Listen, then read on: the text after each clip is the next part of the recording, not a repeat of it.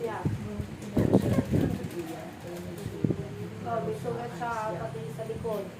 Yung likod niya is, ano kung makikita niyo, parang butas niya. Kita yung buto.